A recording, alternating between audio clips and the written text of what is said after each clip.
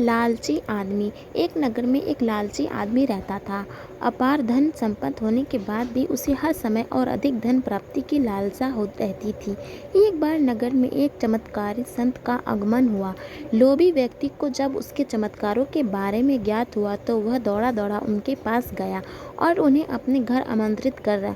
उनकी अच्छी सेवा सृष्टि की सेवा से प्रसन्न होकर नगर से प्रस्थान करके पर्व संत ने उसे 4 दीपक दिए। चारों दीपक देकर संत ने उसे बताया, पुत्र, जब भी तुम्हें धन की आवश्यकता हो तो पहले दीपक जला लेना और पूर्ण दिशा में जलते जाना। जहाँ दीपक बुझ जाए उस जगह की ज़मीन खोद लेना, वहाँ तुम्हें धन की प्राप्ति होगी। उसके उपरांत पुनः तुम्हें धन की आवश्यकता हुई तो दूसरा दीपक जला लेना, जिसे लेकर पश्चिम दिशा में तब तक चलते जाना जब तक वह बूझ न जाए। उस स्थान में ज़मीन में गड़ी अपार धन समाप्त तुम्हें प्राप्त होगी। धन की तुम्हारी आवश्यकता तब भी पूरी न हो तो तीसरी दीपक जलाकर दक्षिण दिशा में चलते जाना। जहाँ दीपक बुझे वहाँ की ज़मीन खोदकर वहाँ का धन प्राप्त कर लेना।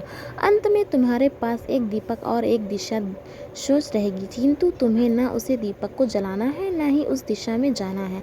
इतना कहकर संत लोभी व्यक्ति के घर और उस नगर से प्रस्थान कर गए। संत के जाते ही लोभी व्यक्ति ने पहला दीपक जला लिया और धन की तलाश में पूर्व दिशा की ओर चल पड़ा। एक जंगल में दीपक बुझ गया। वहाँ की खुदाई करने पर उसे कलश प्राप्त हुआ। वह कलश सोने के आभूषण से भरा हुआ था। लोभी व्यक्ति ने सोचा कि पहले दूसरी दिशाओं का धन प्राप्त कर लेता हूँ, फिर यहाँ का धन ले जाऊँगा। वह कलश वहीं झागड़ी में छुपाकर उसने दूसरी दीपक जलाया और पश्चिम दिशा की ओर चल पड़ा। एक सुनसान स्थान में दूसरी दीपक बुझ गया। लोभी व्यक्ति ने कहा कि जमीन खोदी, उसी वहाँ एक संदूक मिला जो सोने के सिक्के से भरा हुआ था। लोभी व्यक्ति ने वह संदूक उसी गुड्ढे में बाद में ले जाने के लिए छोड़ दिया। अब उसने तीसरा दीपक जलाया और दक्षिण दिशा की ओर बढ़ गया। वह दीपक एक पेड़ के नीचे बुझ गया। वहाँ जमीन के नीचे लोभी व्यक्ति को एक घड़ा मिला जिसमें हीरे मोती भरे हुए थे। इतना धन प्राप्त कर लोभी व्यक्ति प्रसन्न तो बहुत हुआ, किंतु उसका लोभ और बढ़ गया। वह अंतिम दीपक जलाकर उत्तर दिशा में जाने का विचार करने लगा, जिसके लिए उसे संत ने मना किया था। किंतु लोभ ने अंधे हो चुके व्यक्ति ने सोचा कि अवश्य उस स्थान पर इन स्थानों से भी अधिक धन छुपा होगा। जी, संत स्वयं रखना चाहता होगा। मुझे तत्काल वहां जाकर उससे पहले वो उस धन को अपना कब्जे में ले लेना चाहिए। उसके बाद सारा जीवन मैं ऐशो आराम से बिताऊंगा। उसने अंतिम दीपक जला लिया और उत्तर दिशा में बढ़ने लगा। चलते चलते वह एक महल के सामने पहुंचा। वहां पहुंचते ही दीपक बुझ गया। दीपक बुझने के बाद लोभी व्यक्ति ने महल का द्वार खोल लिया और महल के भीतर प्रवेश कर महल के कक्षों में धन की तलाश करने लगा। एक कक्ष में उसे हीरे जवाहरात का भंडार मिला, जिन्हें देख उसकी आंखें चौंधिया गई। एक अन्य कक्ष में उसे सोने का भंडार मिला।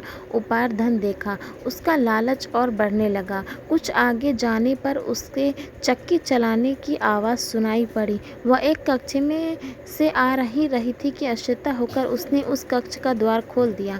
वहां उसे एक वृद्ध व्यक्ति चक्की पीसता हुआ दिखाई पड़ा। लोभी व्यक्ति ने उससे पूछा, यहाँ कैसे पहुंचा? बाबा, क्या थोड़ी देर तुम चक्की चलाओगे? मैं ज़रा सांस ले लूं, फिर तुम्हें पूरी बात बताता हूँ कि मैं यहाँ कैसे पहुँचा और मुझे यहाँ क्या मिला। वृद्ध व्यक्ति बोला।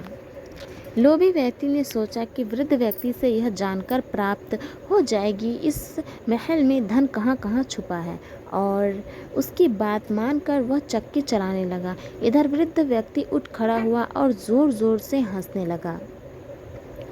उसे हंसता देख लोभी व्यक्ति ने पूछा, ऐसे क्यों हंस रहे हो?